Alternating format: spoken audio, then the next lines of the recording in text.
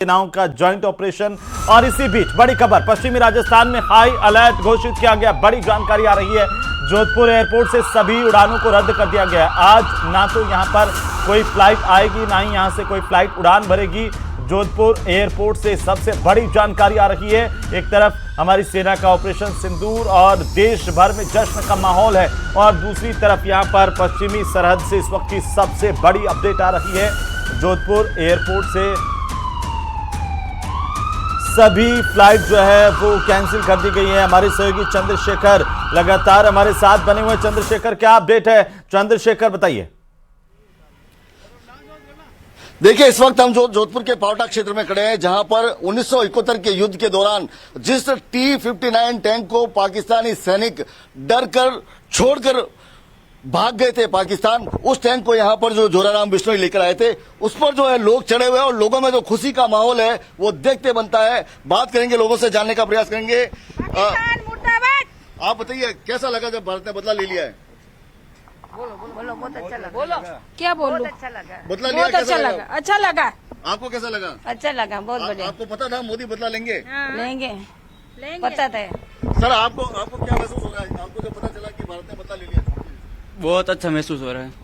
हमें बहुत अच्छा फील हो रहा है। हमें पता था कि मोदी बदल लेगा, जरूर लेगा, ले लिया बदला। मोदी शेर है साहब, लेगा, जरूर लेगा वो जी।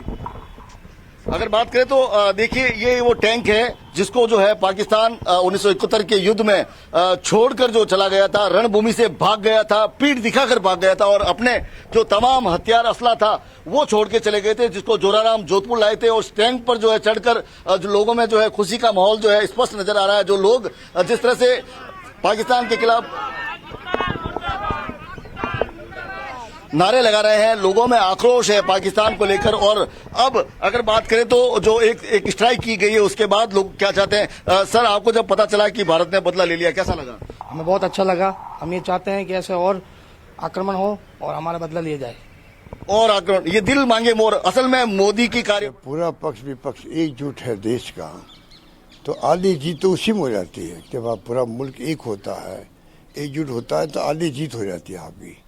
और बाद में जो स्टेप उठाए गए हैं कि सैनिक ठिकानों पे हमले नहीं किए गए, सिर्फ आतंकवादी अड्डों पे हमले किए गए, तो ये अपना एक मैसेज है।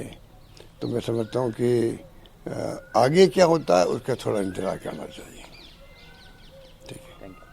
तो राजस्थान के पूर्व मुख्यमंत्री अशोक गहलोत को आप सुन रहे थे, उनकी प्रतिक्रिया सुन रहे थे। और हम चाहते हैं सब, भारत यही चाहता है कि हमें बदला चाहिए। जिन बहनों का सिंदूर उछाड़ा उन्होंने आतंकवादियों को, उनको खत्म करना चाहिए। ऑपरेशन सिंदूर नाम दिया गया। सिंदूर जो जिन पहलगाम में अपनी बहनों का सिंदूर उजाड़ा था, उसका बदला ये कहा जा सकता है। हाँ, एकदम सही बात है। आपको क्या लगता है, भारत की तस्वीर बदली है? हाँ, थोड़ी बदली है। कैसे? वो जो ये काम किया है मोदी जी ने, उसके अकॉर्डिंग ये बदली है। तो आप देख सकते हैं कि लोग जो है पाकिस्तान के टैंक पर चढ़कर जो खुशी का इजहार कर रहे हैं। जिस तरह से पाकिस्तान के खिलाफ नारेबाजी की गई थी और जिस तरह से जश्न मनाया गया था, वाकई लोगों में जो उत्साह चरम पर है। और लोगों का ये मानना है कि अब जो है और बड़ी कार्रवाई की मांग जो लगातार की जा रही है। दिल मांगे मोर वाली जो आवाज जोधपुर की तरह से निकल रही है। बिल्कुल बिल्कुल चंद्रशेखर, नजर बनाए रखिए, हम आपसे अपडेट लेते रहेंगे। बहरहाल ये सबसे बड़ा प्रहार आतंकवाद के खिलाफ, और यहाँ पर 9 आतंकी ठिकानों पर ये बड़ी स्ट्राइक की गई है भारतीय सेना की तरफ से।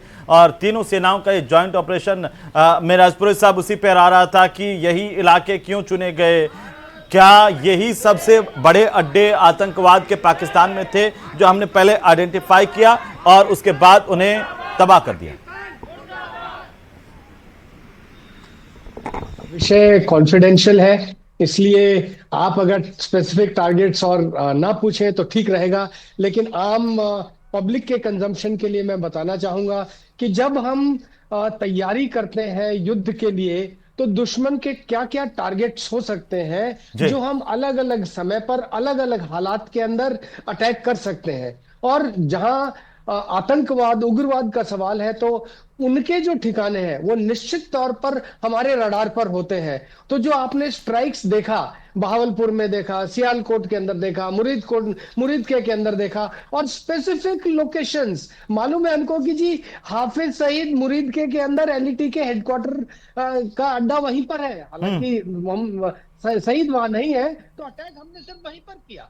इसी तरह से बहावलपुर के अंदर जैशे का हेडक्वार्टर है। मसूद अजहर जो कि हमारी IC 814 को हाईजैक करने के लिए जिम्मेवार था, उसने बाद में भी पार्लियामेंट के अटैक के अंदर पुलवामा में आदि जगह पर मशगूल रहा, उसका हेडक्वार्टर बहावलपुर में था, तो हमने अटैक वहां पे किया।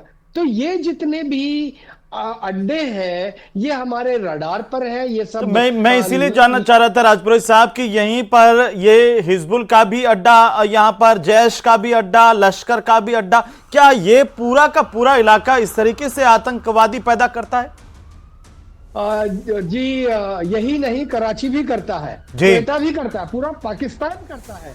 लेकिन चूंकि ये POK का इलाका है, लाइन ऑफ कंट्रोल है, इन्फिल्ट्रेशन संभव है, इसलिए इनका यहाँ पर होना और यहाँ से ऑपरेशंस कंट्रोल करना थोड़ा सा इनके लिए आसान हो जाता है। इन्होंने बलूचिस्तान में तो नहीं रखा अपना कोई, और अगर वहां करेंगे भी तो उनको बहुत परेशानी होगी। बलूचिस्तान में तो वैसे ही जो पाक आर्मी है वो मुंह की खा रही है। कल भी 4-5 पाकिस्तान के सैनिकों को मार गिराया था बलूच उनकी तरफ से, तो वहां तो उनके पहले से ही टेंशन है सर। बिल्कुल बिल्कुल, तो वो लोग गृह युद्ध के हालात हैं। हाँ, तो ऐसे हालात के अंदर हमने, जैसा कि आपने सुना, राजनाथ सिंह जी को सुना, हमारे प्राइम मिनिस्टर को सुना कि हम छोड़ेंगे नहीं। इसका मतलब क्या है? स्टेटमेंट बहुत छोटा सा है, लेकिन इसके पीछे जो गंभीर और बहुत लंबी प्रक्रिया है। तो हमारी तैयारी के अंदर अगर आपने रात को ही भारतीय सेना का स्टेटमेंट सुना हो तो उन्होंने कहा ready to strike, trained to win.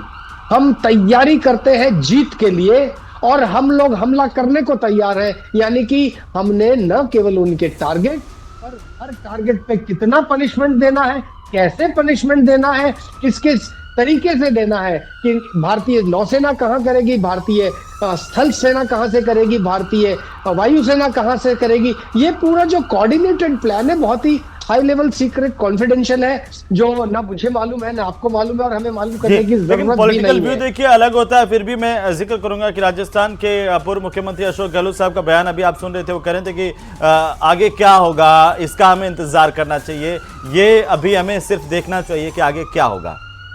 जी जी, बहुत सही है, ठीक बोला उन्होंने, क्योंकि हम जो भी एक एक्शन लेते हैं, कर्म करते हैं, उसका परिणाम भविष्य में आता है। तो जितनी भी हम प्लानिंग करते हैं, एक्शन करते हैं, ये सब सोच समझ के करते हैं। तो जो क्षेत्रीय या इंटरनेशनल लेवल के ऊपर हमने डिप्लोमेटिक एफर्ट्स कर रखे हैं, वो सब हमारे फेवर में रहेंगे।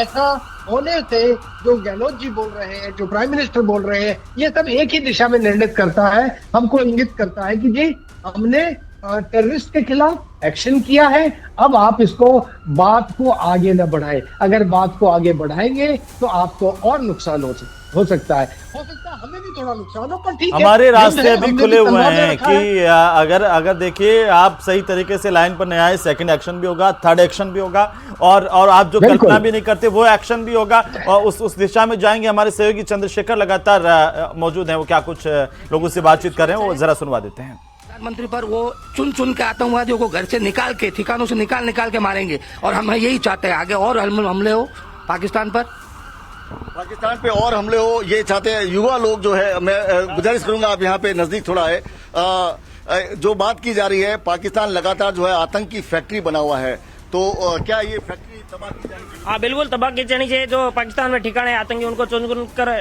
ठिकाने लगाना चाहिए। जो भारत का सिंदूर मिशन है वो सफल रहेगा, और जिन सिंदूरों को बदला लिया उनका बदला वापस भारत लेगा, ये मोदी बदला ले लेगा वापस। आपको बताओ रियुत, क्या लगता है, क्या और कार्रवाई होनी चाहिए? मोदी सरकार को आतंकवाद के खिलाफ अभी और सख्त होना चाहिए। तो ये युवा है जोधपुर के, जो यहाँ पर पाकिस्तानी टैंक पर चढ़कर इस खुशी को जो है कहीं ना कहीं जाहिर कर रहे हैं, और इनका कहना है कि ऐसी कार्रवाई और कड़ी से कड़ी कार्रवाई कर और आतंकवादियों को चुन कर मारना चाहिए, और पाकिस्तान से आतंक की फैक्ट्री है उसको पूरी तरह से तबाह कर दिया जाना चाहिए। कैमरामैन समीर खान के साथ चंद्रशेखर व्यास, न्यूज़ 18 राजस्थान, जोधपुर। बिल्कुल चंद्रशेखर को हम देख रहे थे और